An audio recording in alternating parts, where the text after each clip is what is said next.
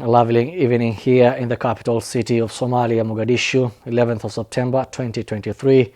Welcome to Somalia's premier #1 station for news and updates. I'm your presenter Abdurrahman Yusuf. Tonight, we have a couple of stories lined up for you. But first, let's take a look at the stories that are making our headlines. Somalia and Egypt forge strong partnership in family planning and health sector cooperation. Somalia launches 11.4 million project to strengthen medical emergency services. 10 KDF soldiers killed in an IED attack near Lamu County.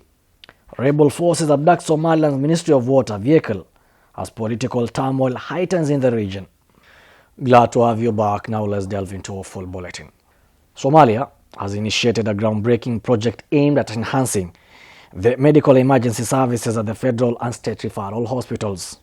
With a budget of $11.4 million, generously provided by the World Bank under the Somalia Crisis Recovery Project, this transformative initiative seeks to address the pressing need for improved critical care capacities within the country's healthcare systems. Here is a full story. Somalia has initiated a groundbreaking project aimed at enhancing the medical emergency services at federal and state referral hospitals. With a budget of $11.4 million generously provided by the World Bank under the Somalia Crisis Recovery Project, this transformative initiative seeks to address the pressing need for improved critical care capacities within the country's healthcare system.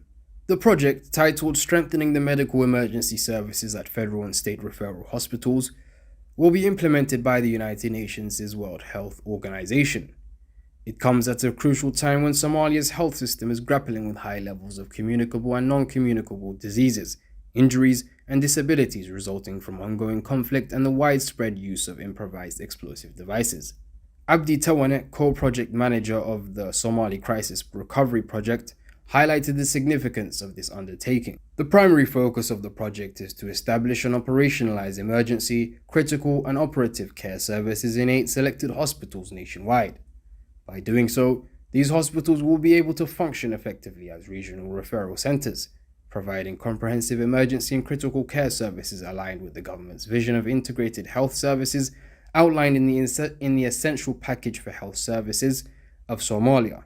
Suleiman Sheikh Umar, Director General of the Ministry of Finance, emphasized the importance of collaboration and transparent reporting for the success of the project. The project aims to strengthen the referral mechanisms between primary healthcare facilities and higher levels of healthcare in the country, establishing a model of integrated healthcare delivery that addresses the health needs of the population across the life course. Dr. Ali Haji Adan Abu Bakr, Minister of Health and Human Services for the Federal Government of Somalia, emphasized the positive impact of collaboration between the Ministry of Health, Ministry of Finance, World Bank, and WHO in Somalia. The Somali Crisis Recovery Project is a comprehensive program aimed at supporting the country's recovery from past disasters while enhancing resilience to future shocks. Recognizing the importance of a robust health system in the face of climate and conflict-related crises, the project focuses on building resilience within the healthcare sector. This includes establishing emergency telehealth networks, upgrading disease early warning systems, and training community health workers in first aid and trauma response. The project aims to lay the foundation for a more resilient healthcare system throughout Somalia, ensuring the basic right to health for all Somalis. Dr. Mamunar Rahman Malik, WHO representative and head of mission to Somalia, commended the commitment of the federal and state ministries of health. He underscored the significance of the project in improving emergency and critical care services, promoting universal health coverage, and preparing the country for future pandemics. The project's kickoff meeting involved an official launch and an in-depth discussion on project implementation between WHO, the Project Implementation Unit at the Ministry of Finance, the Federal Ministry of Health, and federal member states. Participants reviewed the implementation plan and committed to close collaboration to ensure the successful achievement of project development goals and objectives within the agreed timeline, thereby strengthening critical care units across Somalia. 10 officers from the Kenya Defense Forces lost their lives on Saturday after a vehicle they were traveling in set off an improvised explosive device near a village close to Hindi town in Lamu County. The officers who were on a patrol died on the spot as a result of the explosion. A heart-rending story. Here is the full report by our reporter, Julie. 10 officers from Kenyan Defence Force lost their lives on Saturday after the vehicle they were traveling in set of an improvised explosive device near village close to Hindi town in Lamu County. The officers who were on patrol duty died on the spot as a result of the explosion. Reports indicate that the incident occurred during a routine patrol in the area.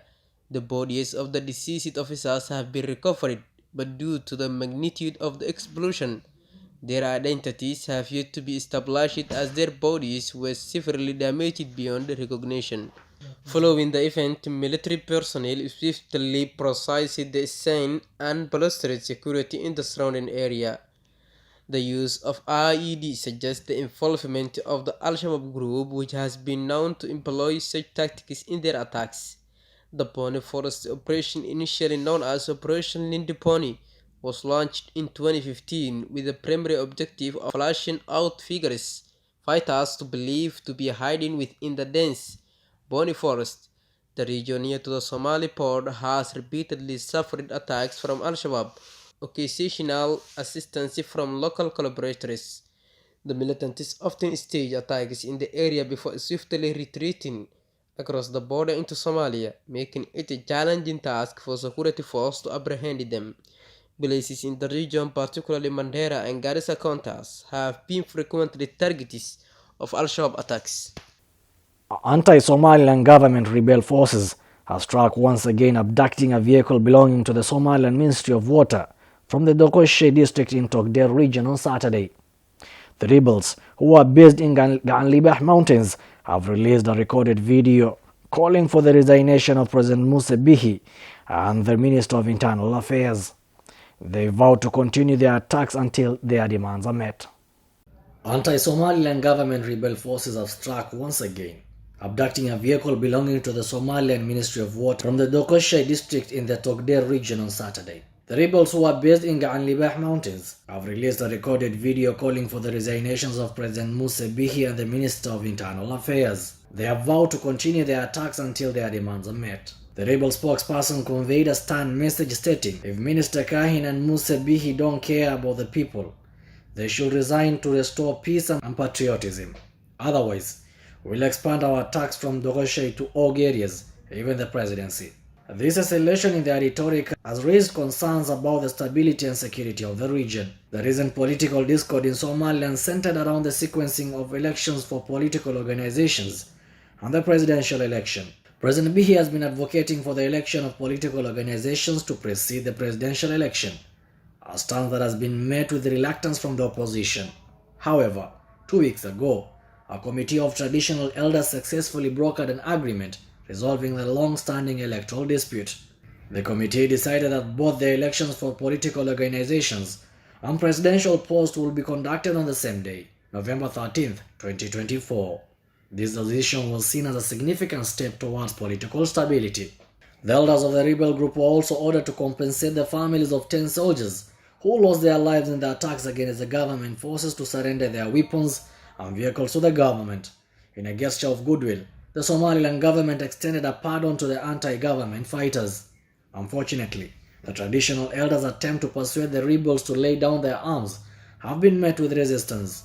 Despite spending the past few days in Ganlibah Mountains, their mission to achieve peace and reconciliation has not yet been successful. It remains to be seen how the government will respond to the rebel forces' actions and whether they will be able to mitigate the disruption caused by the ongoing political crisis. That story from Somaliland brings us to the end of our bulletin, lovely viewers. I wish to thank the Dalsan Media fraternity for making this news bulletin a success. And you, a lovely viewer, thank you for staying put. Stay on for more stories in our subsequent bulletins.